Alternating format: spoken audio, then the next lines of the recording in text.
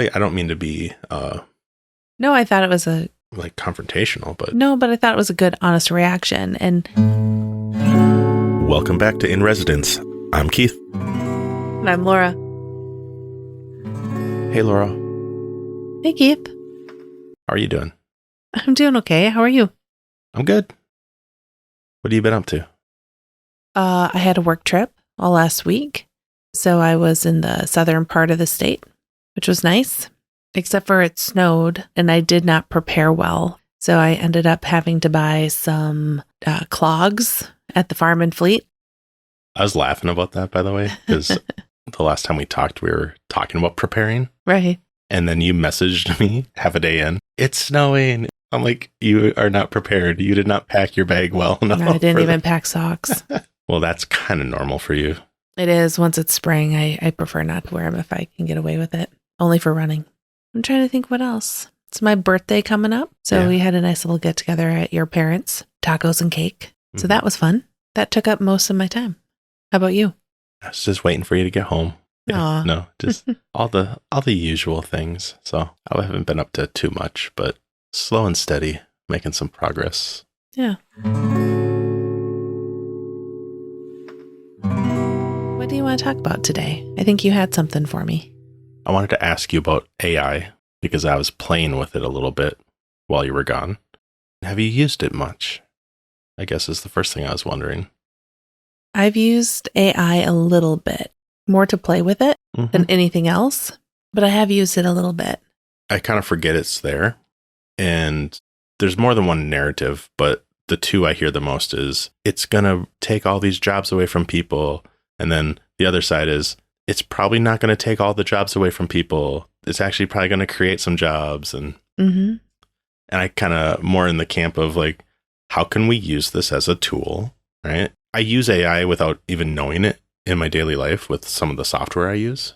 Right. Like there's a reason when I click the transcribe audio, it gives me text. That's AI. Right.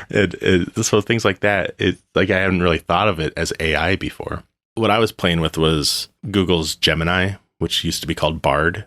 Okay. And Claude.ai. Yeah, I played with Claude. So what I found myself doing, I was doing my morning pages and I like listening to music in the background. So Apple has the classical music app now. And I've been using that a little more. So I'll throw on classical music because a lot of times it just kind of floats in the background. I was like, oh, there's so much. How do I pick?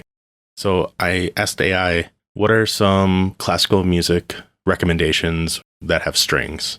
It came back with a list of 10, and it was Samuel Barber and Mozart and Beethoven and Pachelbel's Canon in D. Typical stuff that, like, we studied that. Sure. We know about that stuff. I was like, okay, good choices. And I copied and pasted a couple into my music player app. And I was like, oh, this isn't really what I want. So I went back and I said, can you give me some more suggestions that are, and I probably said something like less well-known composers with strings. Okay. And so it gave me another list of 10. And there was Beethoven was on there once. Ravel was on there. Okay. And then Philip Glass. Oh, and I was like, oh, those are 3 composers I've heard of and listened to, but the rest of them I hadn't. So I was like, cool. But the way I asked the question, the way it responded, it said, here are some more obscure and yet hauntingly beautiful. And I'm like, okay, AI just said what I was asking better than I did. It's like, I wish I was like, why wasn't I thoughtful enough to say that's what I was looking for? I was looking for something that was beautiful and subtle, and obscure was a better word than less well known. That's probably what I typed. Right. So that's why I'm bringing it up about AI, because what I realized, I was not only happy to get the results, but I noticed that it's making me think about asking questions better. We've talked about that, and I'm sure a lot of people that are listening have thought of the idea of the answers aren't always the point. Sometimes it's about asking the right questions. Right. So that's why I kind of told that whole story, is because that's what when I was reflecting upon my experience with AI, that came back up, that finding the right question is going to help me use this tool being able to prompt these types of AI are going to give us better results, a better starting point, right? And then maybe taking what it generates and then adding more of a human touch to it again and again. But that's kind of where I was at. So I wanted to kind of get your thoughts on asking the right questions. Mm-hmm. And then I also kind of thought, I think Laura does this a lot in her daily work, helping people think about things in a different way. What are the questions we should be asking, not coming at it from how do we solve this uncertainty thing? And people kind of spin and start going off in different trajectories and different angles. And it's more of like, okay, let's bring it all back and let's think about what are we actually here for? Those are really good questions that you're asking me. And it actually, just to back up a little bit, it makes me think of when Google first arrived on the scene. I think what's funny, I don't know if you had this, but I grew up in a time when part of your library course was to figure out how do you ask Google or the internet the question to get the information you're trying to find. Do you remember that? I remember doing that with, was it JSTOR? Mm-hmm. Like one of the like the journal, the periodical databases Yep. and stuff that we would, that's where we used to have to, well, we used that after we had to go and use the encyclopedias in the library, right? Yeah. This was like the next iteration, but you had to learn how to do the best query, right? So Right. that's just what we're doing again. Yeah, with just AI. with a different, maybe more advanced tool. Well, the other thing that popped up, it doesn't seem that different than asking Google, right? Like if someone asks Right. a question, typically we'll say, go Google it, right? Because we can do that now. Yeah. It's a mild annoyance about Google is you ask your question and it gives you a list and you still Right. have to click and see if it's worth your time of clicking. Right. They don't always give you like the little blurb, right? Yeah. Sometimes now they have like your question with like a little drop down arrow and you can kind of see without having to load another page. So I think asking AI, it's a better version of that. A few things that I've been playing with around AI, and I don't know if that was exactly your question, but I found that you can use it in a couple different ways. I've used it to generate list ideas. Specifically, when we were first starting our podcast, I remember because it was fairly new at that time. I mean, it wasn't new, but it was new, more mainstream. That's how I would say it, maybe.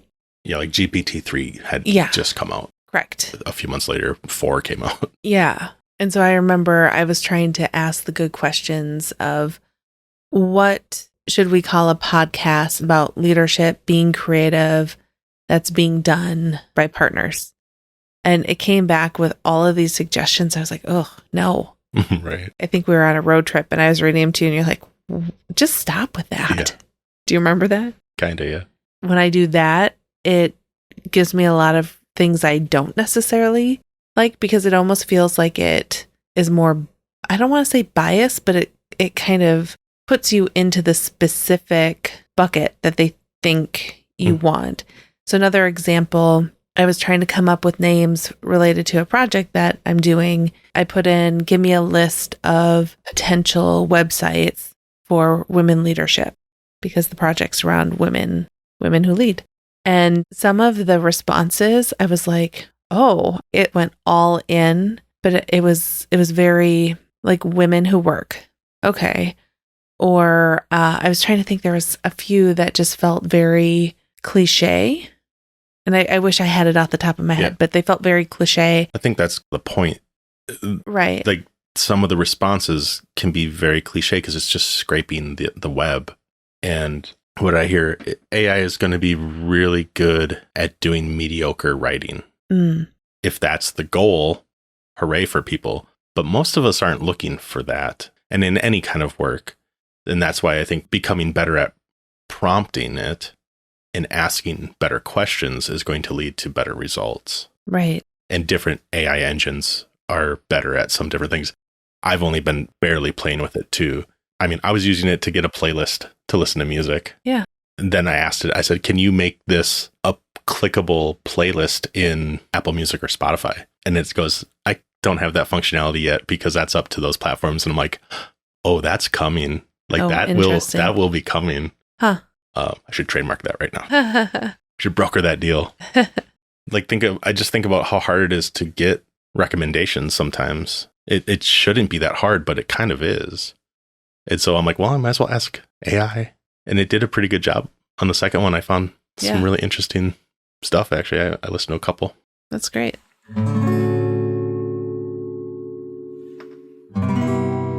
One other use that someone at work did that I was fascinated by. So we were getting feedback on a project from the greater campus community, and we had lots and lots of individual comments, and they took the raw comments and put it into an AI tool and said, please summarize this in one page. Yep. And it did a really good job. Exactly. That was impressive. Yeah. Within just a few minutes. Yeah, imagine how many people hours that would normally take. I know how long it would have taken me to do a concise analysis like that, but it isn't. See, this is where I struggle, because although it gave us a good sense of the summary, it also didn't replace qualitative data analysis. So it depends on maybe what is it that you're trying to do, or could it eventually? I don't know. I feel like now I'm getting a little nerdy, but there's something that's really specific that you need to be aware of when you're coding, coding qualitative data. There's a whole methodology to that. And so I'd be really curious. I know when I was doing my dissertation, there were some things where the tool I was using to do the coding could make suggestions. And I felt a little bit like I was cheating if I did that. So I didn't. But now I wonder, how many years later, how will or could AI impact that in a way where you can spend more of your time on the sense making than on the actual coding itself? I don't know. Have you used it at all for any of the visual pieces? So art. Yeah. What have you used it for visually? So I've played with, I think, an iOS app that would render images. So like different headshots, pictures of yourself, and it would give you back 100 different variations. So you might look like elfish or something, and you would look like anime, or you might look like on the cover of a romance novel, or so it'll take your features and it'll morph them, or it's kind of like, even in Photoshop, there's some functionalities where I click a button and I can make a picture look like an oil painting. That's AI. The computer program is taking my click of the mouse on a button, and it's changing all of these variables that would have taken somebody years ago so many hours, and tweaking and knowing every little effect and all these brushes and all these things, and I can just like click. So I've done that. So I've done pictures, like picture generation. I've used it to edit clips for videos, for shorts. Sure. You were telling me about that. Yeah. Which is pretty cool. Yeah, it'll take YouTube videos and it'll chunk it out in 60-second clips, or however long you say. Like, there's a bunch of different softwares that do that now. And like I mentioned, there's different types of transcription software for our audio. So for captions and stuff, like it transcribes and then it creates the captions, and then I can tweak it, and yeah. I guess I've dabbled in it outside of ChatGPT and Claude.ai and Gemini now, and I'm sure there's more and more and more. But right. So what were you saying? Something about So I don't think I told you about this. After I heard about Claude.ai on the Tim Ferriss and Seth Godin podcast when they were together, then I thought, well, gosh, I haven't heard that. I've only played with ChatGPT. Let me figure this out. And one of the first thumbnails or things that came up to show how you could use it, one of them was around pictures, and you could get suggestions. Okay, I am going to take a picture from the garden, and I'm going to say, what's wrong with this plant? Mm-hmm. So I started with that, and the response was, there's nothing wrong with this plant. In fact, it's a picture of a beautiful sunflower next to another beautiful sunflower with a bee near it under a bright blue sky on a sunny day. Oh, I think you must have told me a little bit about this, because you're like, I didn't notice the bee before. Right. I didn't. Yeah. But it did. And sure enough, it was there. Yeah. I thought, okay, well, that could be interesting, because I always say that my plants need to be pretty strong to survive, because I do take care of them, but I often miss either a watering day or something. So to be able to take a picture of a plant and say what's wrong with this and have it maybe produce something, because there wasn't anything wrong with the sunflowers, because I don't take pictures of plants that are dying. But I thought that was really cool. The other thing that I thought was interesting, I was sitting in our living room again, and I thought, how about I take a picture of our living room from my vantage point right now and say, how would you rearrange this room to make it better? It said everything from you should take the blankets that are laying on the couch and fold them, to remove and pick up toys and stuffed animals, because at that time, Child 2 had his pandas out there from his birthday. Yeah. That we should declutter some of the unused furniture around, because we had a lone ottoman because we were having additional seating for people, and said that we should take some stuff off the wall so it didn't look so cluttered. I was like, ouch, Claude.ai, ouch. So critical, but it's not wrong. It wasn't wrong. I don't know if it was necessarily right either. I thought, okay, that was interesting to me to go through that exercise of just taking a picture and saying, help me out. What should I do to make this better? Or what's wrong with this? And it had some things to say. I like that you're like, oh, I never thought of folding all these blankets that are everywhere. No, I definitely have. It's just like an ongoing battle, right? Especially in the winter in Wisconsin or early spring when it's going from cold to cold. Yeah, exactly. So I don't think I actually told you that, but I was pretty impressed at the feedback that it gave me.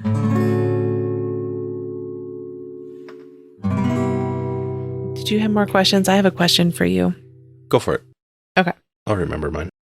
So one question that I have been seeing pop up in different ways on social media that people posting is around AI and how it's going to dismantle the arts. Because you can do with a touch of a button, right? The ability to take a picture and make it into an oil painting or music. I mean, could it write a piece? I haven't tried that. They can, yeah. It doesn't sound like music, though. It sounds like somebody programmed music. Okay. I mean, it's getting better and better, and it's going to get better and better. So does that worry you?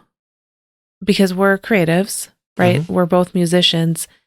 How much does it worry you that AI could potentially mimic music, art, or are you not as concerned because there's always going to need to be that human element to make music and art what it is and what we appreciate? I think where I go with that is, what's the intent behind the creation? And okay. I think I would have more of a problem of hearing something and liking it, and then later discovering that under false pretenses it was passed off as written by somebody by hand or by whatever instruments they're using, and then come to find out that it was created all digitally by this or that. But then even saying that, I'm like, does it really matter if it sounds good? The biggest problems and the biggest fears people have is, how do you protect the intellectual property? Right. That's where this stuff goes. And I am in no way an expert on this stuff. And I don't know. I don't even know if it would bother me to hear something that, and it's like, I just don't want to be tricked kind of thing, right? Like, people don't want to be surprised. They want to be delighted. I love that distinction. Right. So if something's created through AI and it sounds amazing, I don't know if I would be mad at that. I know that's not exactly the question, but whereas if somebody used AI to kind of rip off something that I created, that's what I'm seeing more of, is that right. If you go into one of these image generators and you're saying, I want this photo to look like Rembrandt painted it or Van Gogh, like say somebody that we know that's trying to make a living as an artist that posts their stuff to Instagram. And so then somebody has access to their catalog and can take all of their art and put it into a generator so that it learns how to present a work of art like them. And then it's like basically stealing their signature in a way. Right. But then you get in the same thing of like, is anything original? Like who did, Beethoven copied somebody or was influenced by somebody. Yeah. I didn't learn to walk by inventing walking. Like You didn't invent walking? No.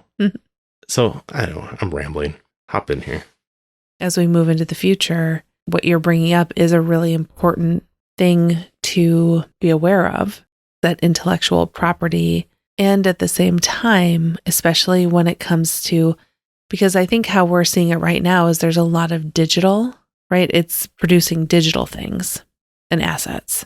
So if artists and musicians are creating digital assets as well, there's probably going to be some mechanism to tag those behind the scenes so you know what you have is an original Rembrandt. Now you're talking about NFTs. But right, like you can see how all of these things connect together to create what our new normal is going to be. I know we talk and we listen to a lot of Gary Vee.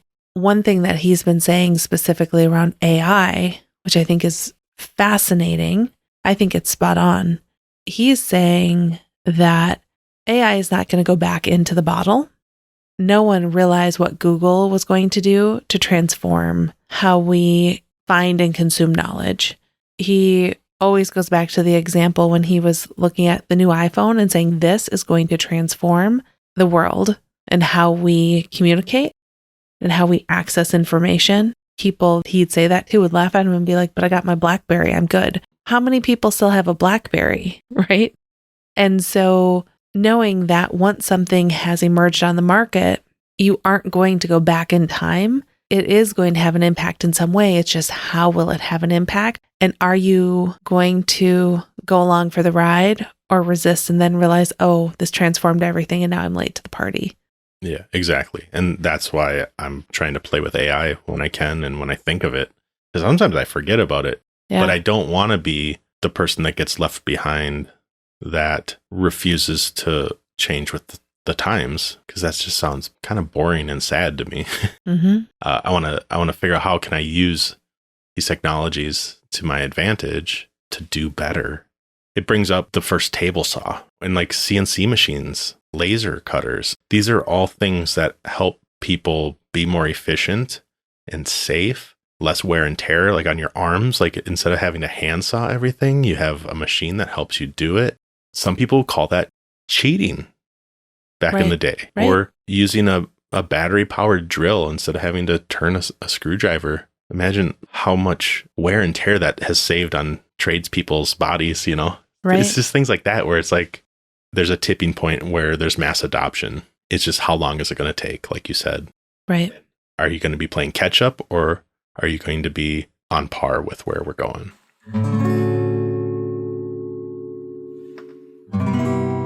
So what if we were to play with AI a bit and present the results? One thing I've seen people do is use AI to create a haiku. And so I was thinking I can make a haiku about you using AI. Could I do it? I guess I might cut this out. That's all right. Because I don't think this is what AI should be used for. Oh, why don't you think this is what it should be used for? I guess this is back to your talking about like AI music. I'm like, why would I want to read AI haiku?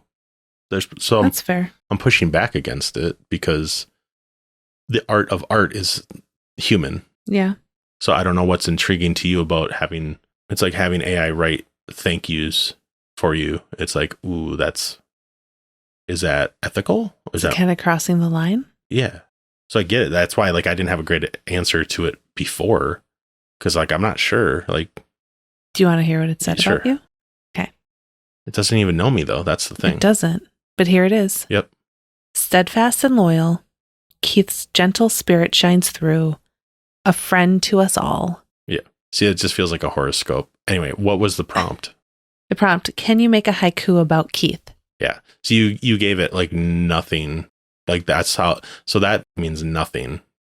Like that's, you know what I mean? So it's like wah, it knows nothing about me.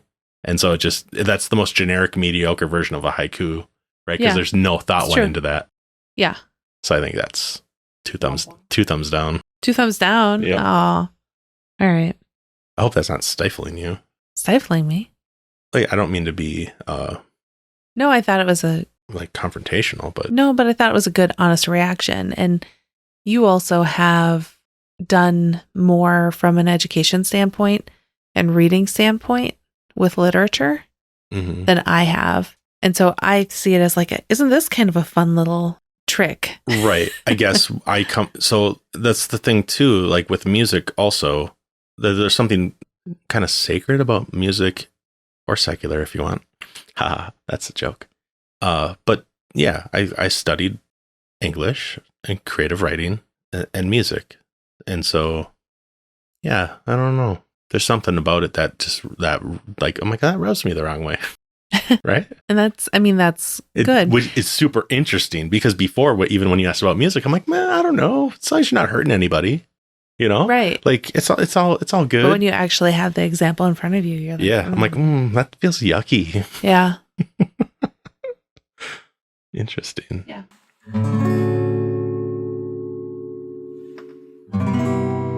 There's a fear that AI will replace all the jobs or a majority of the jobs. And you might have mentioned this, but if not, I'll say my thoughts on this too. Being in higher ed, there's always been a statement for the last several years that we're often training learners for jobs that haven't yet been created. One of the most important parts of that is the critical thinking skills and really creating a well-rounded individual that can go into the world and adjust as things change and ebb and they flow. So I think this is a very important moment as we look to the future, because I know and I understand why it can be concerning that there's a tool that's out of the bottle that could really shift and revolutionize what it is we're doing as a workforce.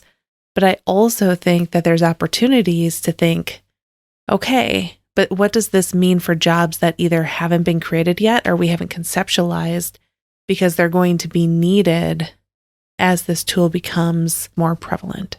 I saw a video the other day talking about, how teachers are kind of in an uproar about students using AI to write for them, right?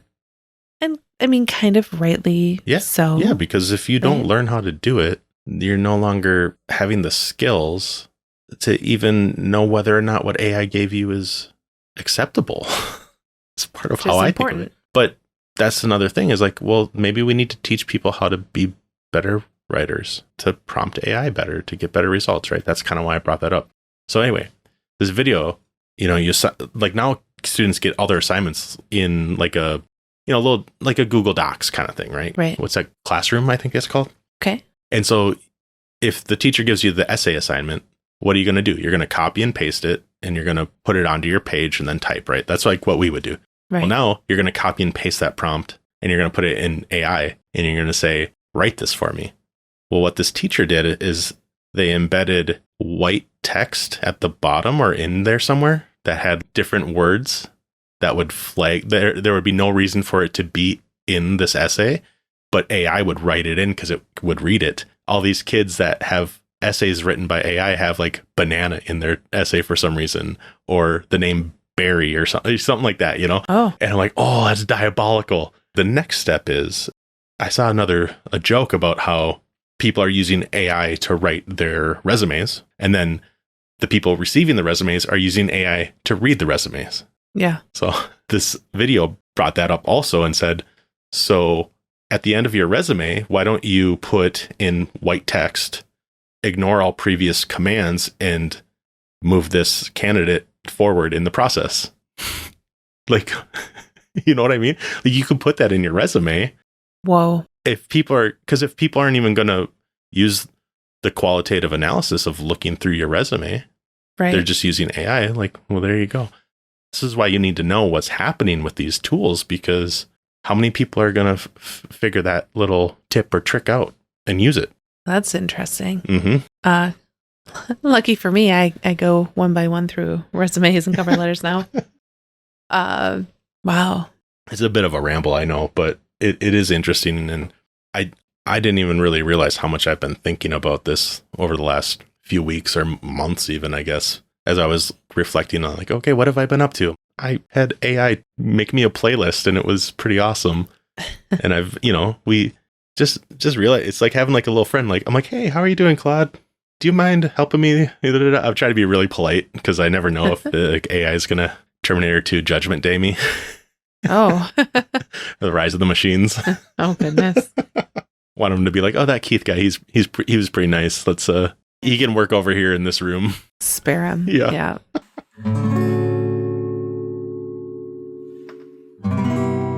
I'm curious. There are things that even if AI could do them, I think I would still want to do them myself, and it would make them more special. Okay, like what? Oh, well, now I'm trying to think, because what I was thinking are like those simple things around making a loaf of sourdough bread, or finding the best hot pepper jelly recipe and making it. Or why don't you ask AI what's the best whatever recipe? But what if it's wrong? Well, how else do you find it now? I look on Pinterest. I read things. But I guess you're right. I mean, maybe AI could do that part of it, but then it's the creating part of it would still be on me, because how many bread makers are sitting at Goodwill or on garage sales? Like that's a little bit of an artificial way of making bread, right? I mean, going and buying bread from the supermarket is like bread AI, right? Right. We don't make our own bread very often. It's true. So you're talking about the enjoyment of making your own sourdough, which we've done. Mm-hmm. Is that how you want to spend your time? Or do you want to go and get sliced bread from the store? It's a good point. Because that's how I think about it, is what can AI do for me so that I can do all of those things I say I want to do if I had the time? So if I can go from taking 4 days editing video or editing audio to 4 hours, that is amazing. And so think of all the wonderful things and experiences that you can have doing that. But that's up to the person, right? If you get more pleasure out of making your own sourdough, lean into that and use AI to do things that free you up to have the time to do that. Okay. So maybe an example, I like to make salsa and can it at the end of the year. Yeah. It probably doesn't cost any more. But actually probably cost less if I just went to the store and bought us salsa when we wanted salsa. Yep. But there's something about growing the tomatoes or having your mom grow the tomatoes, picking out the jalapenos we're going to have, and doing that work, right? The process. Yeah. And knowing exactly what was in that jar of salsa that was made with love. Yeah. Right. So if AI is like the store-bought salsa, and me making my homemade salsa is kind of like the artisan. I don't know if it's really artisan, but do you know what I'm saying?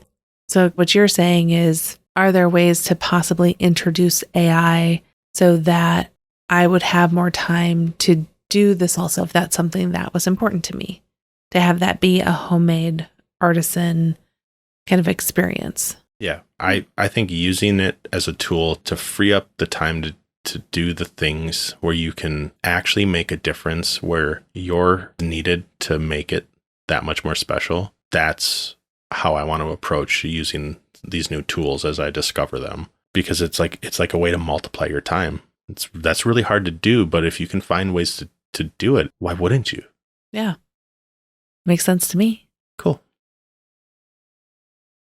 Did you have other questions that you wanted to ask me? No, I didn't think we were going to be talking about AI as much. I thought it was just a way to get into a conversation, actually. And I'm like, I bet something else will come out of this. I didn't think it would be. It was a good conversation. We can always, we'll think. I probably got something written down that we can talk about next time. What now? Do you want to talk about things that we've been reading, listening to, engaging with? Want to wrap it up that way? Yeah. What do you got, Laura? So I finished up 2 different books over the last couple weeks. The first... You finish so many books, and I start a ton of books. I've got so many books going on right now. Anyway, go ahead. Okay. So the first is Believe It by Jamie Kern-Lima. She's the founder of It Cosmetics. She talks a lot about how she kept going when it was hard and some of the wrinkles and how they overcame it. And then the second that I listened to was called Less Nice, More You by Dr. Aziz Gazapura. So anybody who is a people pleaser out there and wants to just try and reframe how you approach things and why you approach things the way you do, it is really helpful to take a look inward and figure out how can you also get what you need and what you need to say out there in a way that isn't going to shake the entire earth and make you feel bad. It's empowering. I would recommend that too. Cool. How about you, Keith? So in line with AI, I recommend going and playing with it and getting used to it and seeing what it can maybe do for you. And in that same vein, I dove back into Greg McKeown's Essentialism. That's a good book. Yeah. And so I'm listening to that, and I think it goes really well with what we're talking about. How can I use these tools to help me focus better on what's essential to me, what's important to me? Yeah, I queued that up the other night to kind of help lull me to sleep. And I'm digging it. I think I've listened to it a couple times before, but now I'm really going back and really letting it set in. So going to keep working towards what's important here. That would be a good one for us to talk about. Yeah. In a future episode. Sounds good to me. Should we get out of here? I think so. All right. Thanks, everybody. Thank you. Bye. Bye. I love you. I love you too. That might be the post credits, Okay. but Sounds good. I don't think that's how we should. No.